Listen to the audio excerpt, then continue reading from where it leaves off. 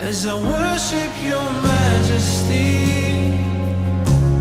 I worship your holy name, Jesus my everything. Pertolongan kita datangnya dari Allah, Tuhan yang pengasih dan penyayang. Kiranya dicurahkan berkat-berkat ilahi dari surga yang mulia ke atas ibadah kami ini, ke dalam ibadah kami, awal sampai pada akhirnya, penuh dengan berkat rahmat, damai sejahtera ilahi. Kami menerima semua berkat-berkat itu dalam nama Bapa, Sang Putra dan Roh Kudus, dalam nama Tuhan Yesus Kristus. Amin.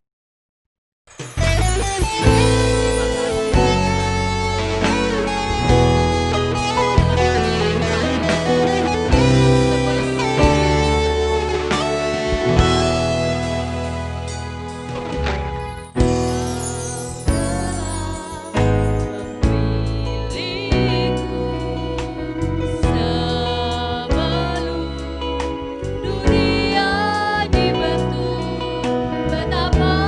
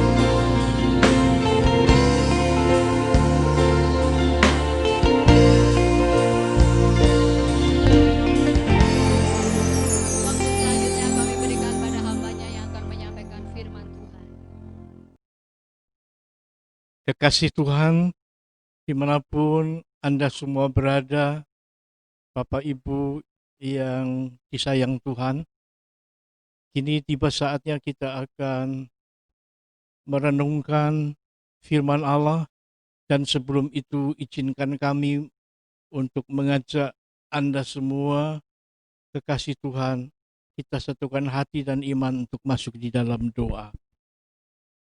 Mari Roh Kudus berkenan memimpin, membimbing, teristimewa berkenan untuk mengurapi hamba-Mu, sehingga firman Allah ini menjadi berkat bagi semua yang mendengar, diurapi secara khusus, sehingga dengan hikmat yang dari Tuhan kami mengerti, dengan iman yang Tuhan karuniakan kami meyakini, dan Tuhan sendiri yang memampukan kami menjadi pelaku dari firman-Mu.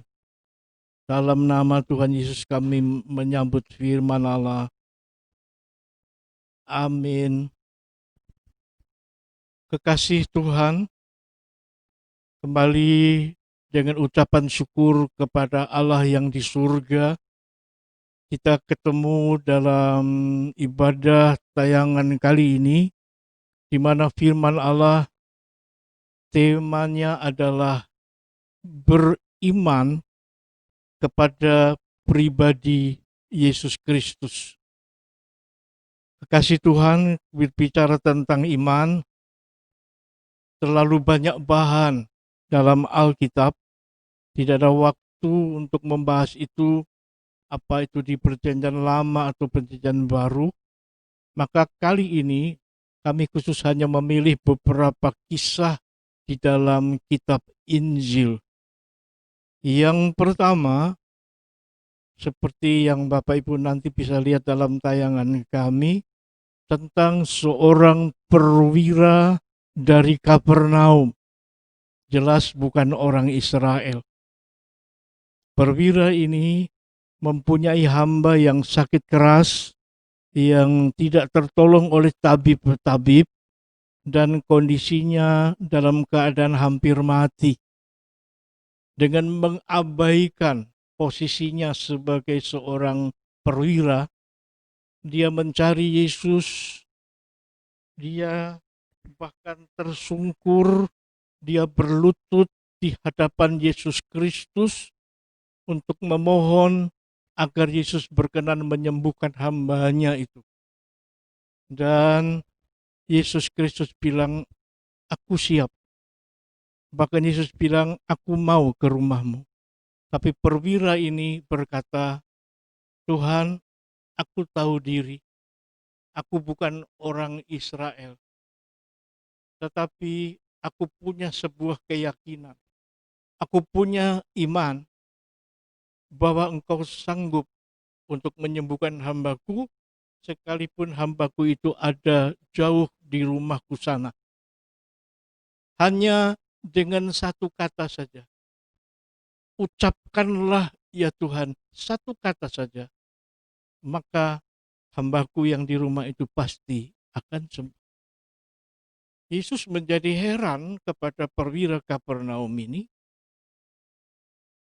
karena tidak didapati orang Israel punya iman seperti ini. Lalu perwira itu, kalau di zaman ini mungkin dia seorang komandan koramil, atau bahkan mungkin dia seorang komandan kodim. Entahlah, kalau di zaman ini dia berpangkat kapten atau dia mayor. Jadi di atas dari perwira Kapernaum ini ada kolonel, ada brigjen, ada mayor jenderal, dan seterusnya sampai jenderal penuh.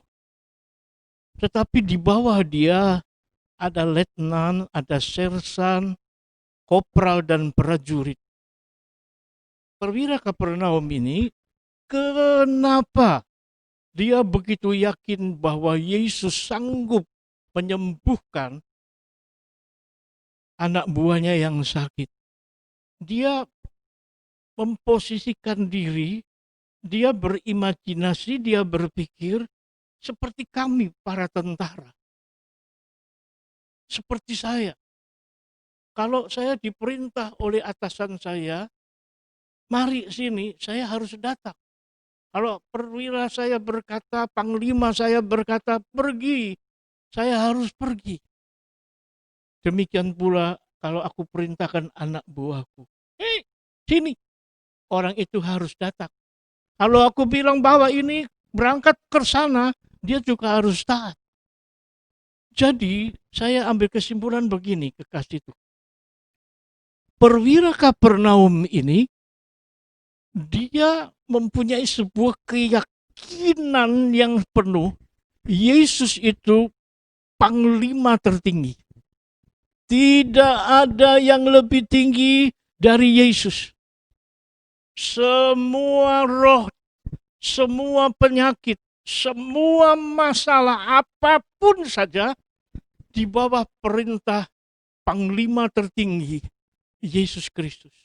Jadi kalau Yesus bilang, hai penyakit keluar.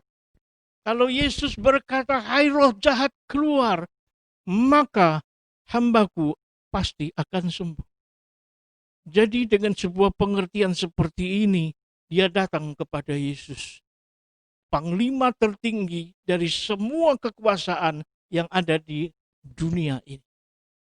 Dan apa yang dia imani itu menjadi kenyataan, hambanya sembuh.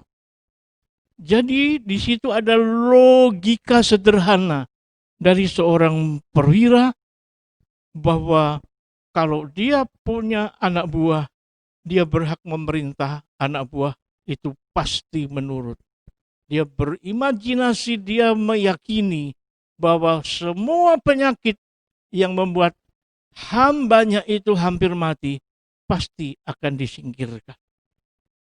Kemudian saya mengajak kekasih Tuhan untuk melihat contoh yang kedua. Contoh kedua ini adalah seorang wanita yang terkenal, yang dibahas di mana-mana. Dia pendarahan, maaf kepada Bapak Ibu semua, meleleh darah selama 12 tahun.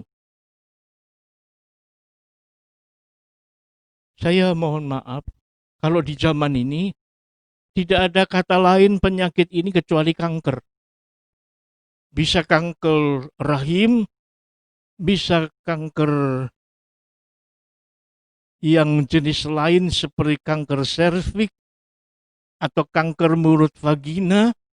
Tapi saya meyakini bahwa tidak ada penyakit lain kalau di zaman ini kecuali namanya kanker. Dan kekasih Tuhan, kalau sudah 12 tahun,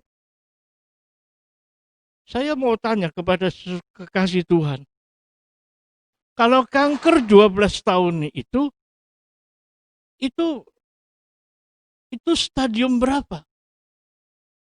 Tidak ada jawaban lain kecuali kalau kanker 12 tahun itu stadium akhir.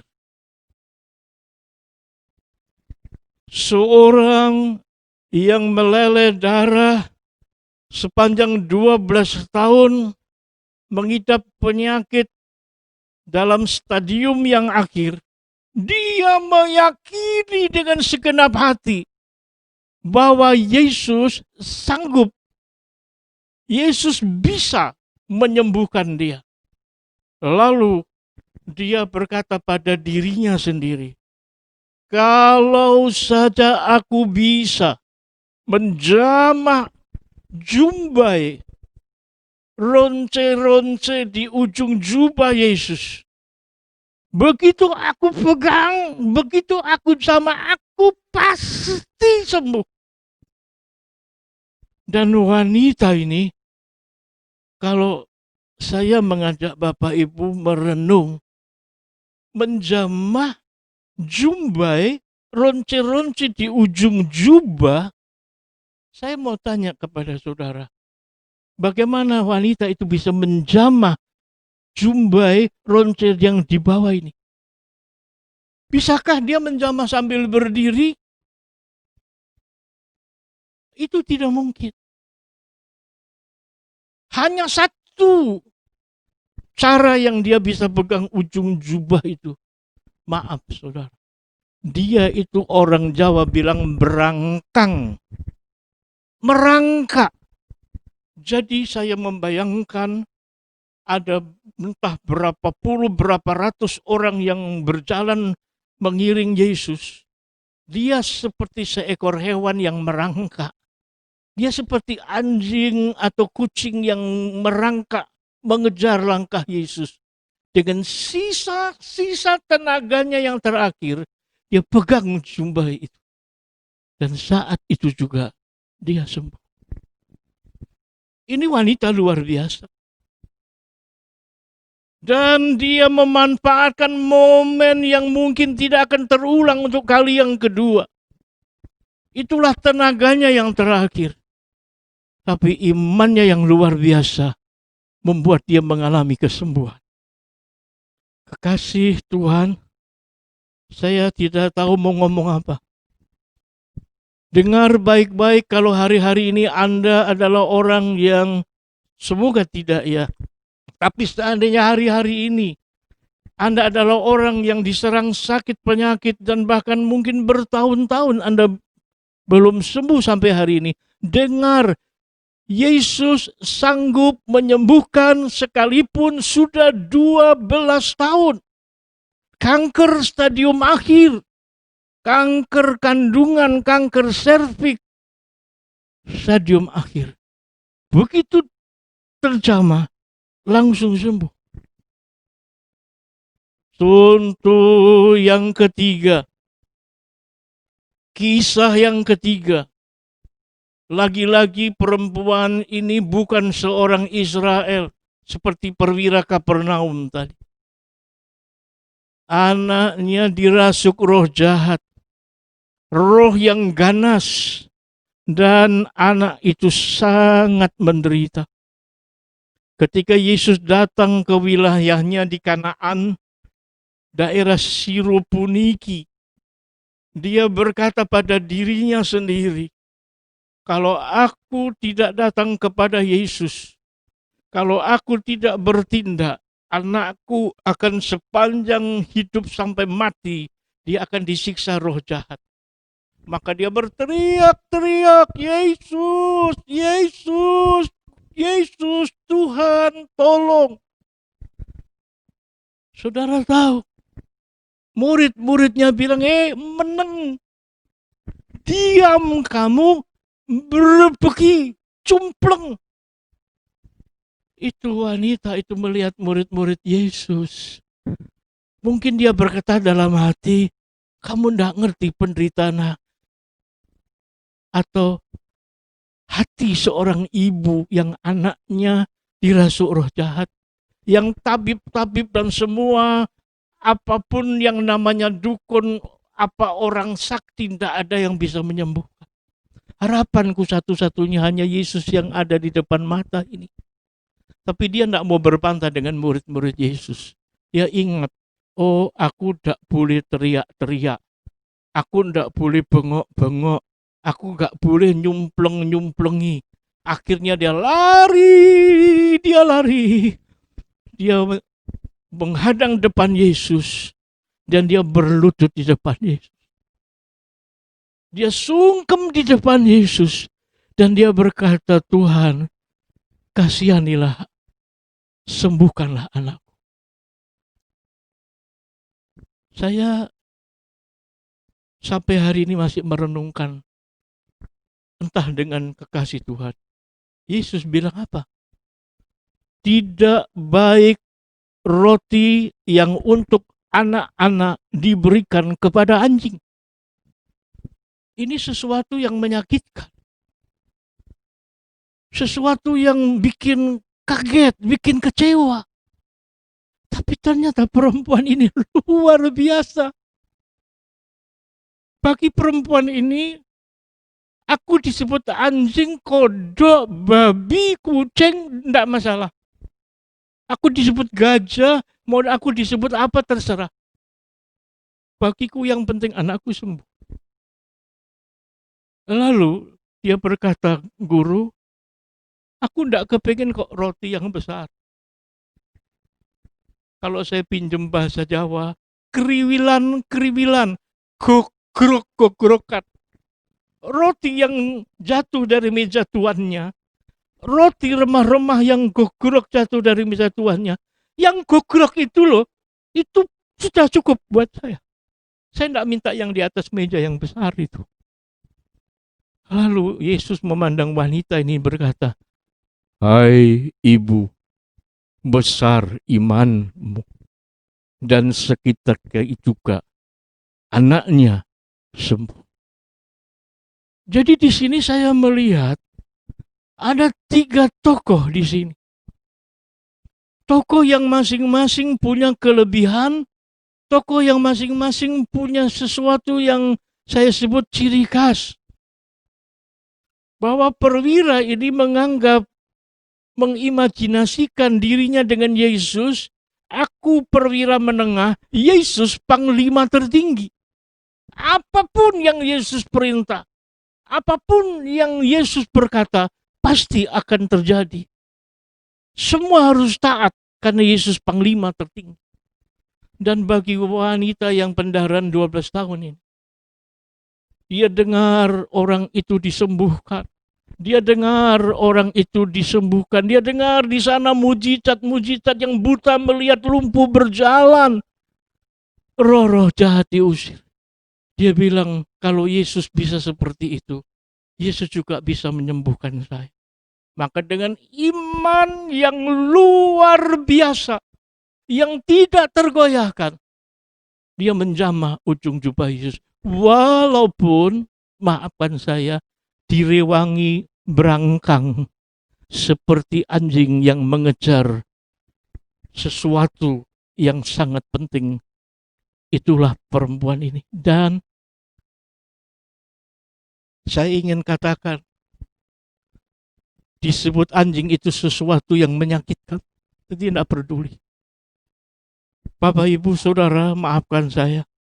Saya boleh nyimpang sedikit. Banyak orang tidak jadi terima berkat. Banyak orang tidak jadi terima mujizat karena tersinggung. Karena sikap, karena perkataan. Dan dia menjadi begitu jengkel, marah. Dan itu membuat dia kehilangan mujizat. Hari-hari ini kita mesti belajar. Siapakah saya, siapakah saudara di hadapan Allah. Allah yang terlalu agung, terlalu besar. Allah itu mengasihi saudara dan saya. Sekarang, selanjutnya, kekasih Tuhan, saya akan mengajak untuk masuk lebih dalam lagi.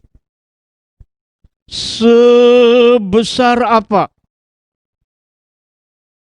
penilaian Anda terhadap pribadi Yesus? Tema khotbah ini adalah beriman kepada pribadi Yesus Kristus.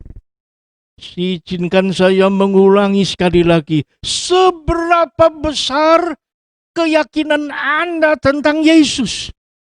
Siapakah Yesus itu buat saudara? Saya akan bersaksi.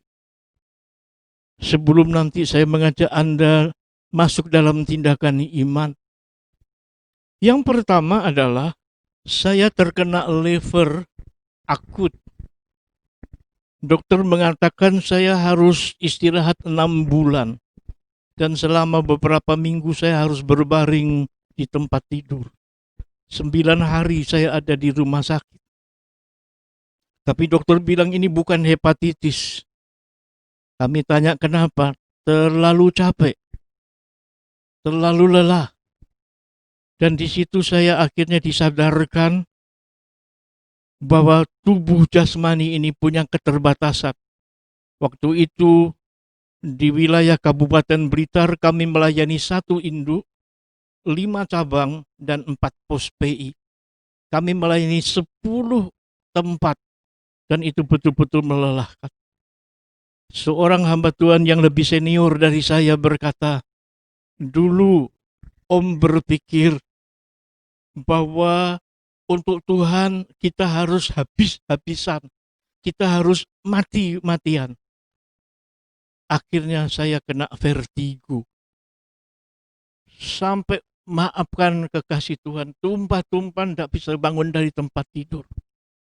Akhirnya saya sadar bahwa bagaimanapun tubuh ini punya keterbatasan.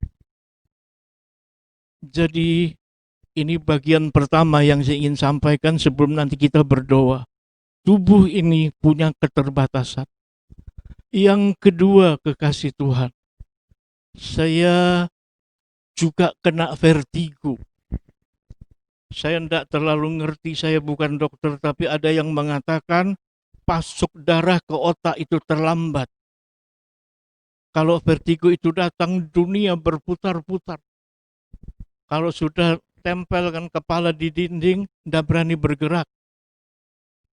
Tapi kalau sudah berputar lebih banyak lagi, maafkan saya, ini yang di dalam semua tumpah keluar. Bau asap masakan, bau apa saja makin mual. Akhirnya Tuhan sadarkan saya tentang vertigo ini. Dan saya bersyukur hari ini sudah tidak pernah datang. Kadang-kadang mau muncul saya tengking. Firman Tuhan bilang, berserah kepada Tuhan. Jadi artinya ada hal-hal yang saya bisa mikir, ada hal-hal yang saya bisa iki piye to, mencari jalan keluar. Tapi Tuhan mengajar saya ada hal-hal di mana saya harus berserah. Sendiko dawuh Gusti. Belajar pasrah kepada Tuhan. Yang ketiga, secara keturunan dari keluarga mami, keluarga ibu saya, kami ada kelemahan diabetes, gula darah. Jadi saya harus bergumul dengan gula darah ini. Artinya saya harus menahan diri dengan semua makanan, minuman yang manis. Saya harus mengurangi sedikit mungkin. Begitu saya los, maka diabetes saya naik. Akhirnya dari 3 hal ini Tuhan mengajar saya, ya, bahwa yang pertama, tubuh ini punya keterbatasan. Yang kedua, kita belajar pasrah kepada Tuhan. Ada bagian saya, ada bagian Allah. Saya harus belajar ngerti dan berserah. Yang ketiga, saya harus mau bergumul dengan kekurangan diri. Jadi gini, kekasih Tuhan, maaf. Mungkin Anda tidak punya kelemahan diabetes, tapi kelemahan Anda adalah tekanan darah. Mudah sekali tekanan darah naik. Itu masalah genetika, saudara. Ada yang lain, mohon maaf, semoga bukan Anda, ada kelemahan ginjal. Itu karena keturunan. Ya, ada banyak macam yang terlalu panjang untuk diuraikan. Jadi masing-masing kita punya 3 hal ini. Ya, bahwa secara genetika kita harus tahu apa kelemahan kita, apa yang harus kita gumulkan, dan ada hal-hal yang kita harus berpasrah pada Tuhan, dan kita harus tahu bahwa tubuh ini terbatas. Tapi saya tidak bahas yang 3 itu sekarang. Yang ingin saya bahas, yang saya ingin utarakan yang keempat. Apa itu? Iman kepada Yesus Kristus. Bahwa di dalam keyakinan kita, iman kita kepada Yesus, tidak ada yang mustahil. Kalau di zaman dulu ada mujizat, ada kesembuhan ilahi, sampai hari ini pun mujizat itu masih berlaku. Mulai dari zaman perjanjian lama, zaman Nabi Musa, sampai zaman Injil Yesus Kristus, sampai hari ini mujizat masih berlaku. Kuasa Tuhan tidak pernah berubah. Dulu, sekarang, sampai selama-lamanya. Yang jadi masalah adalah iman saudara dan iman saya. Pitados ngantos gumolonging mana. Yakin seyakin-yakinnya dengan sepenuh hati, di dalam Tuhan tidak ada yang mustahil. Bagi Tuhan tidak ada kata yang tidak mungkin. Itu yang saya ingin sampaikan. Yang 3 tadi saya bukan mengabaikan, tapi tekanan untuk tayangan, khotbah, ibadah hari ini adalah iman. Sebelum saya mengajak Bapak Ibu nanti untuk masuk dalam tantangan iman, satukan hati untuk memohon kuasa Allah. Saya teringat bahwa kita punya banyak masalah. Jadi nanti tantangan iman itu mungkin berbeda-beda, tapi yang sama adalah iman. Iman yang tak tergoyahkan, iman yang tidak bimbang sama sekali. Mungkin masalah bagi Bapak Ibu adalah sakit penyakit, yang lain adalah masalah ekonomi, yang lain adalah masalah ketentraman batin, yang lain adalah masalah mikir-mikir tidak ketemu jalan keluar, dan apapun saja, saya ajak Bapak Ibu kita introspeksi diri. Dan sebelum kita masuk di dalam pergumulan peperangan untuk kita menerima mujizat dalam iman, saya teringat akan beberapa ayat. Ayat itu akan saya bacakan. Saya minta rekan-rekan Bapak Ibu merenungkan bersama-sama. Yang pertama Yesaya 59 ayat 1 dan 2. Tetapi yang merupakan pemisah antara kamu dan Allahmu ialah segala kejahatanmu, dan yang membuat dia menyembunyikan diri terhadap kamu, sehingga Allah tidak mendengar doa-doa kita, adalah segala dosa-dosa kita. Dosamu, dosa saya. Jadi, saya ingin sebelum nanti kita doa mohon mujizat, saya minta Bapak Ibu merenungkan diri masing-masing. Apa ya sesuatu yang Tuhan tidak berkenan dalam hidup saya? Apa ya yang sampai hari ini masih ada dalam hidup saya yang disebut dosa? Dosa amarah, kebencian, dendam, dosa seksual, dosa materialis, dosa apa ya?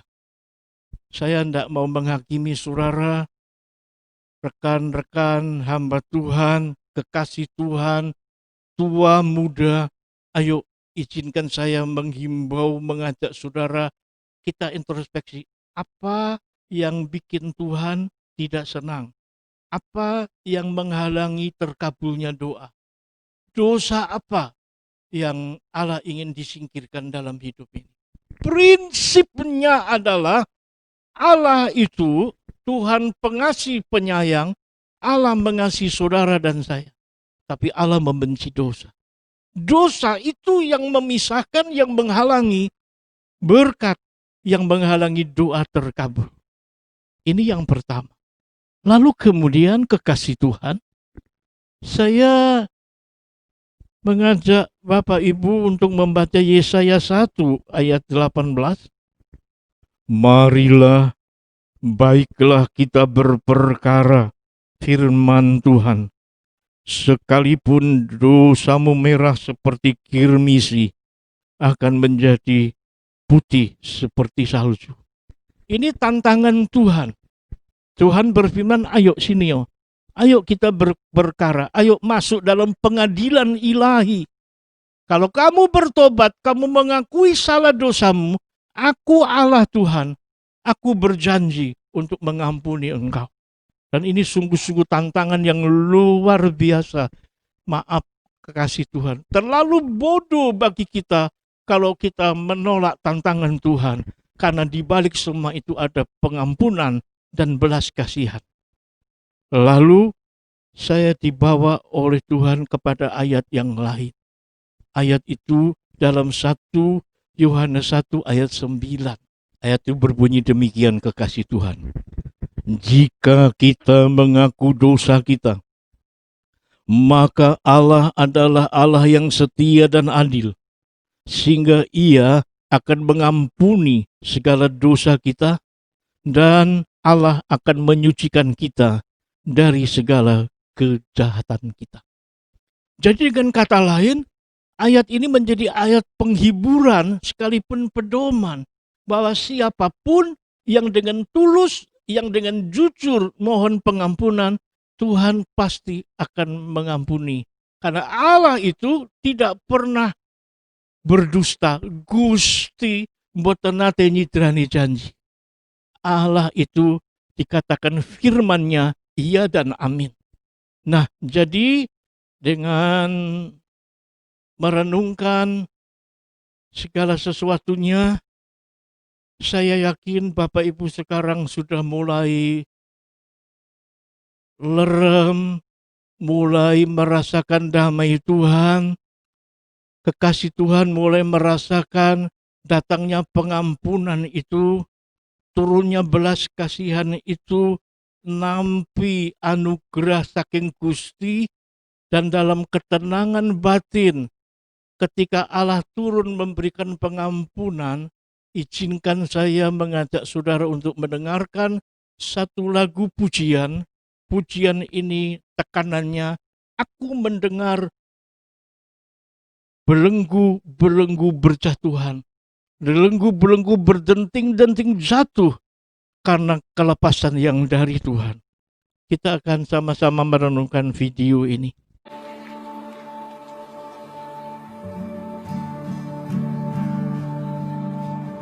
You were the word at the beginning, one with God the Lord Most High.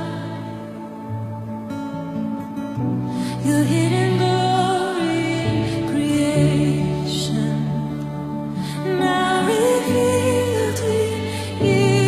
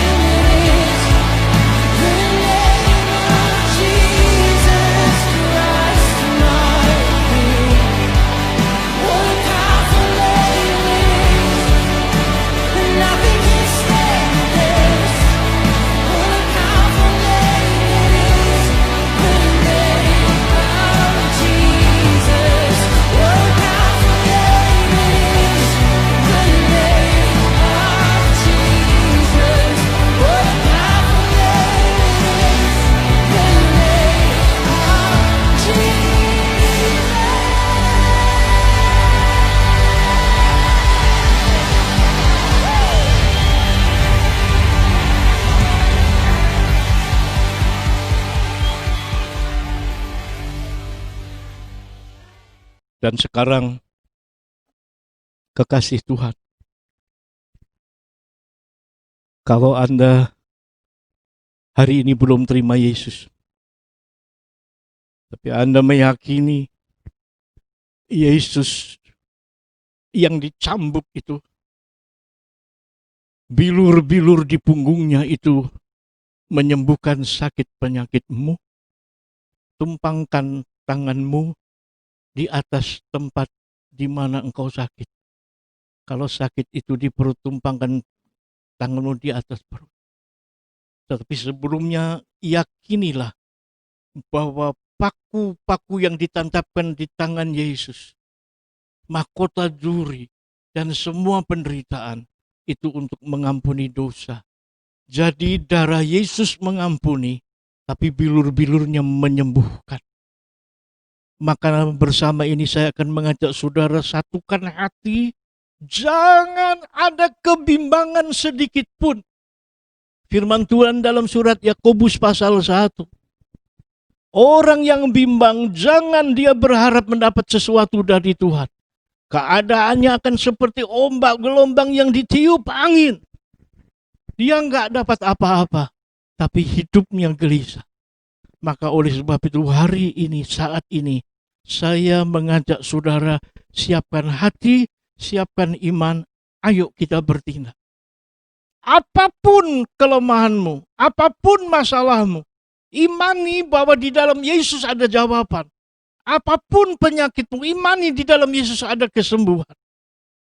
Ayo, tetapi sebelumnya maafkan saya, kekasih Tuhan. Kalau Anda tidak percaya dengan sebulat hati, kalau Anda ragu-ragu, jangan ikut. Percuma. Pertama, pemberesan dosa dengan Allah. Kedua, iman yang tak tergoyahkan. Kalau Anda memiliki dua ini, ayo berdoa bersama saya. Bapa yang di surga, kami menengking sakit penyakit yang selama ini menggerogoti, bikin penderitaan bagi umat-Mu. Sakit penyakit apapun, baik itu sakit yang disebut kanker, kelemahan ginjal, penyakit apapun, Tuhan, termasuk yang menderita karena virus corona atau COVID-19 ini. Kami satukan hati, memohon belas kasihan dan kuasa Tuhan. Di dalam Yesus Kristus ada kesembuhan. Di dalam Yesus ada mujizat. Yang sakit sembuh, yang sakit sembuh, yang sakit sembuh. Mujizat terjadi, kuasa Tuhan berlaku sampai hari ini. Dan kalau itu adalah masalah rumah tangga, maka kami mohon roh damai sejahtera, roh sukacita, kasih ilahi turun atas rumah tangga saudara, atas keluarga saudara, sehingga rumah tanggamu dipulihkan, sehingga kita semua bersyukur bahwa kami menerima berkat yang luar biasa. Kalau kelemahanmu adalah karena terpuruk di bidang ekonomi, kami tengking segala kelemahan itu, dipulihkan. Kiranya Tuhan berkenan mencurahkan berkat, sehingga engkau dilepaskan dari hutang piutang, engkau dilepaskan dari segala bencana, engkau dipulihkan karena Yesus mengasihi engkau. Kami imani semua ini dengan tak tergoyahkan. Mujizat masih berlaku sampai hari ini. Kalau hamba perwira Kapernaum itu sembuh, itu karena iman dan mujizat terjadi. Kalau pendarahan 12 tahun sembuh, itu karena iman dan mujizat terjadi. Anak yang dirasuk roh jahat, itu bisa dilepaskan, itu karena iman dan mujizat terjadi. Dan hari ini mujizat terjadi dengan Anda semua yang mendengar dan meyakini semua ini. Terpuji nama Tuhan. Kami serahkan semuanya dalam nama Bapa, Sang Putra, dan Roh Kudus. Dalam nama Tuhan Yesus, kami kunci semuanya ini. Haleluya. Amin. Kemudian Kekasih Tuhan, dimanapun Anda berada, setelah tayangan ini, dengan iman dan syukur Anda mengalami mujizat, mungkin itu kesembuhan, mungkin itu pemulihan, mungkin itu berkat, apapun. Saya sangat senang kalau Anda mau bersaksi. Terima kasih Om, terima kasih Pak, bahwa setelah kami mendengar khotbah Bapak pada hari Minggu tanggal sekian, bulan sekian, kami mengalami mujizat, kami yang sakit disembuhkan, kami dipulihkan, rumah tangga kami sekarang harmonis, dan seterusnya. Kami nantikan kesaksian Anda. Dan berikut ini, izinkan saya untuk mengajak saudara untuk mengakhiri ibadah ini. Mari kita tundukkan kepala. Bapa, mengakhiri renungan ini kami berdoa, tancapkan segala yang disampaikan ini tidak lewat begitu saja, bahwa kesembuhan mujizat terjadi, belas kasihan terjadi, jiwa-jiwa terhilang diselamatkan, menerima Yesus sebagai juru selamat pribadi. Kami boleh mengakhiri ibadah ini dengan rasa syukur dalam nama Tuhan Yesus.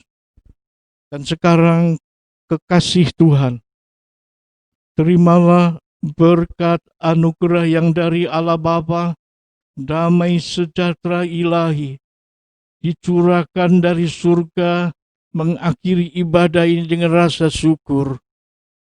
Dalam nama Allah Bapa, Sang Putra dan Roh Kudus, dalam nama Tuhan Yesus Kristus, kita yang percaya kita katakan bersama-sama, amin.